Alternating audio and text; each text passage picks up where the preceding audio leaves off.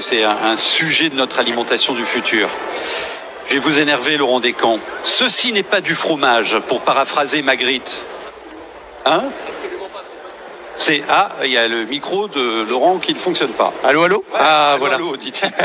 Alors, fromage, pas fromage? Non, c'est pas du fromage. C'est pas du fromage? Non, on peut pas légalement l'appeler comme ça. D'accord. Donc, ce n'est pas du fromage. Mais ça ressemble énormément à du fromage. L'objectif, il est bien là, hein, il est de vraiment goûter du fromage en bouche, en visuel, en texture. On a vraiment, en fait, là vous pouvez le voir visuellement, on a quand même des produits qui vraiment ressemblent énormément à du fromage. Alors vous avez été attentif à ce que nous a dit Marie-Sophie Laine il y a quelques instants avec la mise en place de cette filière protéines végétales. Bien sûr. Donc ce sont des fromages. Exactement. Fromage, VRO, mesdames, messieurs. Oui, alors le V vient de végétal et c'est une contraction de végétal et fromage. Et uniquement donc fait à base de protéines végétales. Oui, il n'y a absolument aucun lait dans ces produits-là. Alors si je vous dis produit tue l'amour. Comment ça, tue l'amour? Bah, non, mais vous les avez goûtés? Un bon camembert. Vous les avez? Oui, mais moi je vous dis un bon camembert. Parce que alors j'ai des verres. Non, j'ai des producteurs qui jouent avec les mots hein, autour de toute toute la sémantique du fromage. Donc on va avoir des camemberts, on va avoir des tomes, on va avoir des choses comme ça. Mais franchement, il faut vraiment les goûter et leur donner leur chance parce que le produit en fait vraiment mérite le détour en termes de goût. C'est vraiment extrêmement bon. Alors vous avez créé la fromagerie. Oui. C'est à Lille, place Nouvelle Aventure, ouais. Pistache et cacahuètes. Voilà, tout à fait. J'ai l'impression que dans ce domaine, on est balèze pour les noms marrants. Hein. Ah oui. Non mais de toute manière, comme on n'a pas le droit d'appeler ça du fromage, ben, on tourne autour et puis on fait des jeux de mots. Alors genre alors là, vous avez par exemple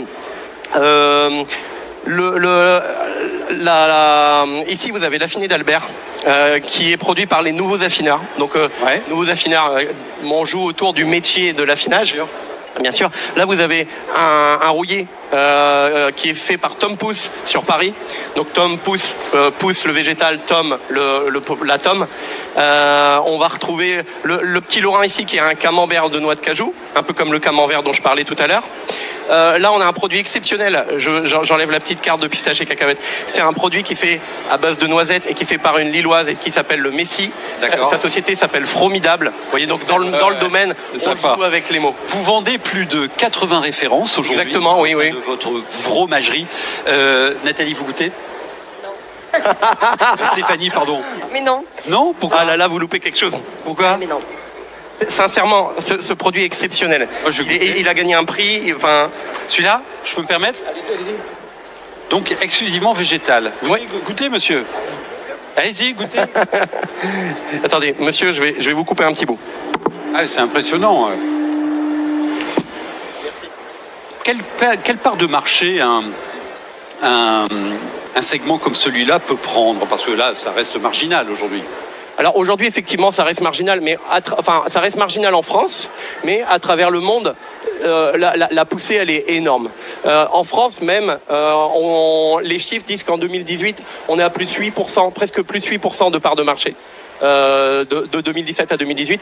Et en fait, les chiffres estiment que au niveau mondial, on va être en 2024 à 4 milliards de parts de marché. Ah donc c'est pas une mode? Non, alors absolument pas. Aujourd'hui, en fait, la France rattrape son retard. Bon, hein. Bah oui, c'est très très bon et très très digeste. La France rattrape son retard sur les pays anglo-saxons. On a vraiment une tradition en France du fromage, une très grande tradition, et je pense qu'on a vraiment, comme on a un grand savoir, des grandes capacités, on a une grande responsabilité aussi pour réinventer le fromage. Stéphanie a envie de dire quelque chose là, sur ce fromage. Bah, non, moi je dis il faut toujours faire des essais et c'est super intéressant de voir des expériences technologiques comme ça.